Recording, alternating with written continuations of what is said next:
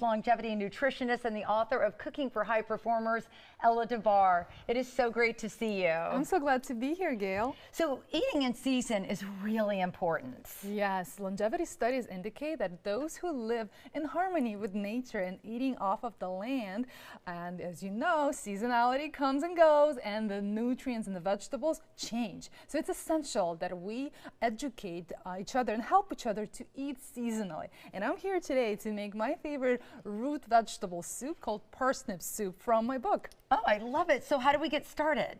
So when fall rolls around, there's a lot of abundance of root vegetables. Carrots are my favorite, but today I'm going to introduce you to carrot's older brother. It's parsnip. That's how. Okay, I was like, what is parsnip? Parsnip is basically carrot, but it's white color. You know how there's a regular potatoes and sweet potatoes?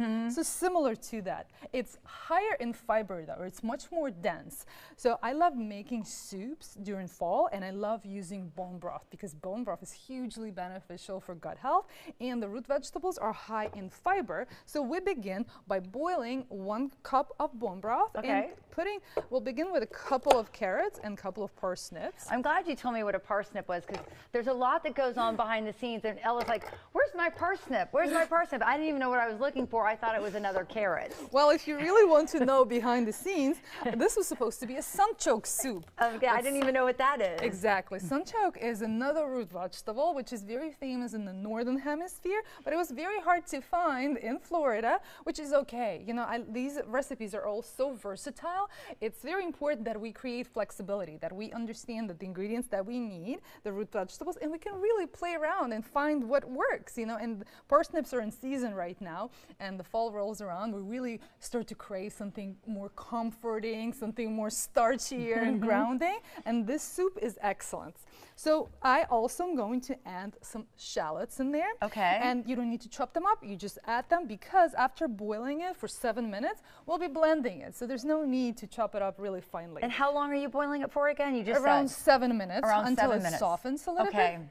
And then I add garlic for flavoring, your favorite, anti-inflammatory and anti-parasitic, and I'm adding some ginger.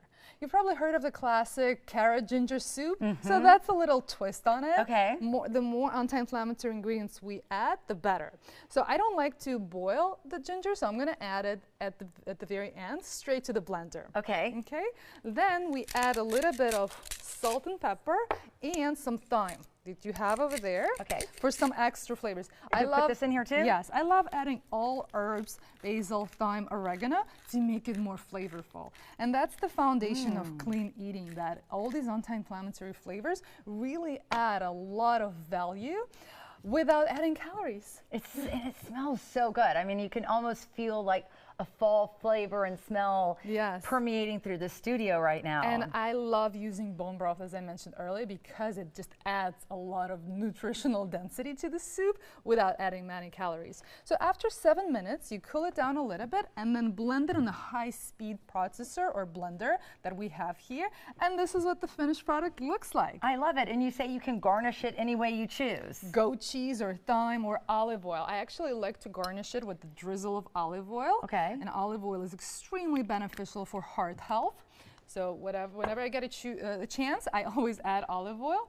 And then take a spoon and taste it. I'll take a little The ginger really adds some zest to it. Very like mildly spicy, but it's delicious. It looks like a pumpkin soup, isn't it?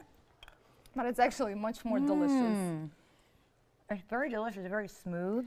You know what I wanted to tell about the nutritional density? Because it looks like a pumpkin soup, but it's not. Have you noticed that most of the fall vegetables are in the orange color? Yes. Orange color contains some of the most incredible antioxidants called beta-carotene and vitamin A, which are essential to prepare our body for winter months ahead. So there's a reason we should eat alongside nature. Absolutely. Oh man, this is so good, Ella. You always have the best recipes. And this is another one in your cookbook, right? Yes, it's in my cookbook called Cooking for High Performers, which means quick and easy recipes focused on high nutritional density and functional ingredients. I love it, because when you look at what we've done today, I mean, literally, it's the boil time because we didn't waste a lot of time chopping and chopping and chopping and chopping. Very easy. Because you're just going to put it all in the blender. We use my favorite toy in the kitchen, which is a blender. I like using it for breakfast, for smoothies, and for dinners, for soups. All right, Ella, thank you so much. It's great to see you again. Likewise.